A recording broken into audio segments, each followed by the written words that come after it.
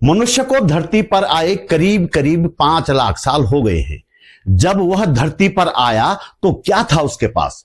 चारों तरफ घने जंगल और उन जंगलों में हिंसक वन्यजीव, कदम कदम पर दुश्वारियां। फिर भी मनुष्य ने 5 लाख सालों की यात्रा पूरी की और हमें यहां तक पहुंचा दिया जहां हमारे पास हर तरह की सुख सुविधाएं हैं और सुरक्षा के तमाम बंदोबस्त भी हैं। क्या आप जानते हैं कि ऐसा कैसे संभव हुआ? दरअसल कुछ न होते हुए भी हमारे पुरखों के पास एक अनमोल पूंजी थी। न उनके पास सामाजिक नियम थे, न कोई संविधान था, यहां तक कि कोई परिमार्जित भाषा भी नहीं रही होगी। घर तो चलो उन्होंने गुफाओं कंदराओं में बना लिए होंगे, लेकिन कपड़े होना तो दूर की बात थी। जीने के लिए और मानव सभ्यता को आगे बढ़ाने के लिए उनके पास जो सबसे बड़ी पूंजी थी वह थी मानव मूल्य। मानव मूल्यों के सहारे ही हमारे पुरखे दक्षिण अफ्रीका से चलकर पूरी दुनिया में फैल गए और आज धरती पाताल एक करने की जुगत में लगे हुए हैं। इस वीडियो में हम उन्हीं मानव मूल्यों की बात करेंगे और इसलिए करेंगे कि हमें इस दुनिया को यहीं खत्म नहीं होने देना है, बल्कि आने वाली पीढ़ियों के लिए सुरक्षित रखना है। हम इन मूल्यों पर बात करते हुए यह भी जानने का प्रयास करेंगे कि आज हमारे भीतर वे मानव मूल्य कितने जिंदा रह गए हैं, और यह भी कि मानव मूल्यों के नाम पर हम कहीं मनुष्यों में भेद तो नहीं कर रहे हैं, कहीं ऐसा तो नहीं कि हम मानव मूल्यों के नाम पर दोगलापन कर रहे हों। वीडियो में अंत तक बने रहिए।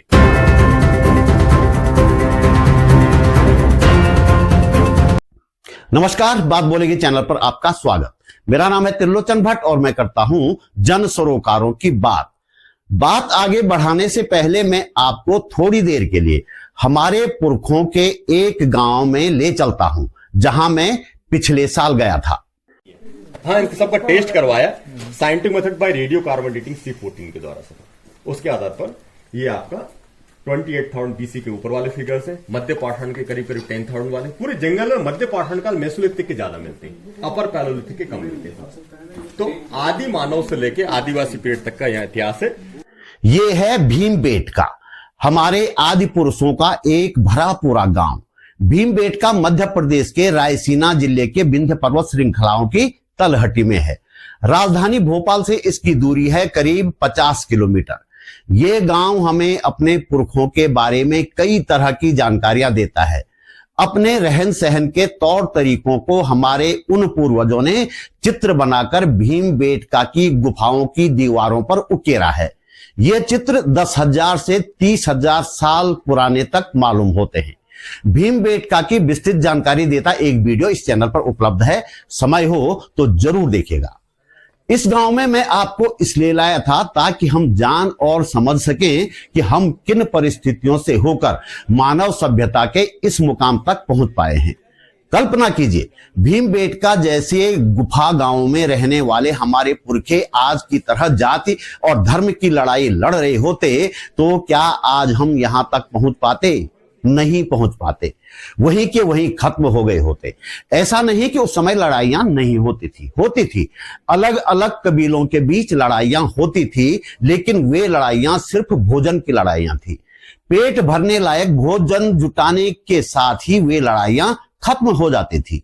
वे आज की तरह खुद को श्रेष्ठ साबित करने और दूसरे को नीचा दिखाने की लड़ाइयां नहीं थी। आज की लड़ाइयां जितना पेट भरता है उतनी ज्यादा भड़क जाती हैं, उतनी ज्यादा उग्र हो जाती हैं। आज के दौर में हमारे भीतर मानव मूल्य कितने बचे हुए हैं, जरा जांच करते हैं। फर्ज कीजिए सड़क पर कोई एक्सीडेंट हो गया, आप वहां से गुजर रहे हैं, तो आप क्या करेंगे? दौड़ पड़ेंगे उस तरफ। क्यों? इस उम्मीद के साथ कि शायद आप दुर्घटना में घायल हुए लोगों की कुछ मदद कर सकें या उनकी जान बचा सकें। क्या आपके मन में उस समय यह सवाल आता है कि वे लोग जो दुर्घटनाग्रस्त हुए हैं आपके धर्म या आपकी जाति के हैं कि नहीं? नहीं आता ना। ये असली मानव मूल्य हैं जो भीमबेटका की गुफाओं से लेकर तमाम तरह की सुख सुविधाओं से सुसज्जित हमारे आज के आलीशान घरों तक हमारे साथ पहुंचे हैं। लेकिन अब आप सड़कों पर उतरकर आक्रोश जताते हैं कि बांग्लादेश में अल्पसंख्यकों पर अत्याचार हो रहा है और मणिपुर में महिलाओं को निर्वस्त्र करने की घटना पर आप आमतौर पर चुप रहते हैं। अंकिता भंडारी को किसी सत्ताधारी की हवस का शिकार बनाने के प्रयास विफल हो जाने पर उसकी हत्या कर दिए जाने के मामले में जब आप दूसरे लोगों के साथ सड़कों पर नहीं उतरते तो इसे क्या माना जाए? यदि बांग्लादेश की घटनाओं का विरोध आपके भीतर मानवता की भावना की अभिव्यक्ति है तो अंकिता की हत्या किए जाने पर वह अभिव्यक्ति नदारद क्यों हो जाती है? यदि यह मानवता है तो आपका आक्रोश अपने देश में अल्पसंख्यकों के साथ हो रहे बर्ताव पर भी फूटना चाहिए। आपका आक्रोश अपने देश के उस जज पर भी फूटना ही चाहिए जो संविधान की शपथ लेकर जज तो बन गया, लेकिन जिसके भीतर संवैधानिक मूल्य तो दूर सामान्य मानव मूल्य भी जीवित नहीं रह गए हैं। कल मैं देख रहा था कि उत्तराखंड सहित कई जगहों पर लोग सड़कों पर उतरकर प्रदर्शन कर रहे हैं। बांग्लादेश में हिंदुओं पर हो रहे अत्याचार के खिलाफ आवाज उठा रहे हैं।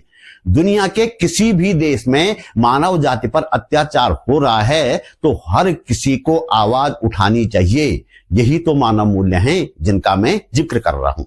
इसलिए बांग्लादेश में हिंदू अल्पसंख्यकों के खिलाफ हो रही घटनाओं के खिलाफ आवाज उठाना हम सबका फर्ज है। मैं इस तरह का प्रदर्शन करने वालों को साधुवाद देता हूं, लेकिन मेरा सवाल यह भी है कि जब, जैसा कि मैंने जिक्र किया, मणिपुर में महिलाओं को निर्वस्त्र करके उनके शरीर के साथ शर्मनाक छेड़छाड़ की जा रही थी, जब अंकिता की हत्या कर दी गई तब आप चुप क्यों थे? अंकिता की हत्या के बाद विरोध में सड़कों पर उतरे लोगों की इस भीड़ में बांग्लादेश के लिए सड़कों पर उतरे लोग चाहे तो खुद को तलाश सकते हैं। मुश्किल से कोई मिल पाएगा, वो भी गफलत में आया होगा। और हां, जब एक झूठी कहानी गढ़कर पुरोला में अल्पसंख्यक समुदाय के लोगों की दुकानों पर पुरोला और उत्तराखंड छोड़ने की चेतावनी चस्पा की जा रही थी, तब कहां थी आपकी वह मानवता जो बांग्लादेश को लेकर अचानक जाग उठी है? बांग्लादेश में धर्म स्थलों को जलाना शर्मनाक है, इससे मेरा भी खून खौला। कोई भी व्यक्ति या कोई भी समूह किसी दूसरे की आस्था के साथ ऐसा खिलवाड़ कैसे कर सकता है? लेकिन मेरा खून तब भी खौला था जब आप उत्तरकाशी में एक पुराने धर्म स्थल को तोड़ने के लिए चल पड़े थे। मानव मूल्य सिर्फ अपने धर्म, अपनी जाति, अपने समूह के लिए नहीं होते, वे सब के लिए होते हैं। आप अपने धर्म के लोगों के साथ हो रहे अत्याचार को लेकर आक्रोशित होते हैं, लेकिन जब आपके धर्म के लोग दूसरों के साथ वैसा ही करते हैं तब आप आक्रोशित नहीं होते। तो माफ करना, मुझे बेहद अफसोस के साथ कहना पड़ेगा कि आपके भीतर के मानव मूल्य मर चुके हैं। इन मानव मूल्यों के हत्यारे आप खुद हैं या कोई दूसरा, यह आपको ही तय करना है। फर्ज कीजिए यदि हम सब तय कर लें कि हमें मानव मूल्यों और संवैधानिक मूल्यों को जीवन में उतारना है, उन्हीं मूल्यों पर आगे बढ़ना है, तो क्या होगा? तय है कि कुछ लोग सत्ता से बेदखल हो जाएंगे। ध्यान दीजिए, मनुष्य 5 लाख सालों से धरती पर है, करीब करीब 5 लाख सालों से, और धर्म बमुश्किल 5000 साल से अस्तित्व में है।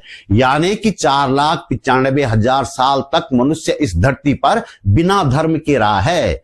इन सालों में उसका सिर्फ एक ही धर्म था, मानव धर्म। उसी मानव धर्म ने आज हमें सभ्यता के इस सोपान तक पहुंचाया है, भूलना नहीं चाहिए। तो दोस्तों, इस वीडियो में इतना ही। अंत में मैं इतना कहूंगा कि सारी मानव जाति एक रहेगी तो तभी सेफ रहेगी।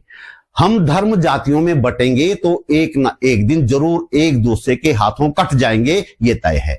धर्म नफरती गैंग बनता है तो मानवता का विनाश होता है। आप महसूस करते हैं कि इस वीडियो को बनाने में थोड़ी बहुत मेहनत की गई है और आपको इससे कुछ काम की जानकारी मिली है, तो लाइक कमेंट के साथ शेयर करना मत भूलना। हो सके तो एक छोटी सी राशि आर्थिक मदद के रूप में भी जरूर भेजना। आप YouTube पर वीडियो के नीचे ज्वाइन बटन पर जाकर या सुपर थैंक्स पर जाकर सहयोग कर सकते हैं। डिस्क्रिप्शन में बैंक डिटेल भी है। मेरा चैनल सब्सक्राइब करें, फेसबुक पेज फॉलो करें, बात बोलेगी .com भी देखें। जल्दी मिलते हैं एक और मुद्दे के साथ, एक और वीडियो में। नमस्कार।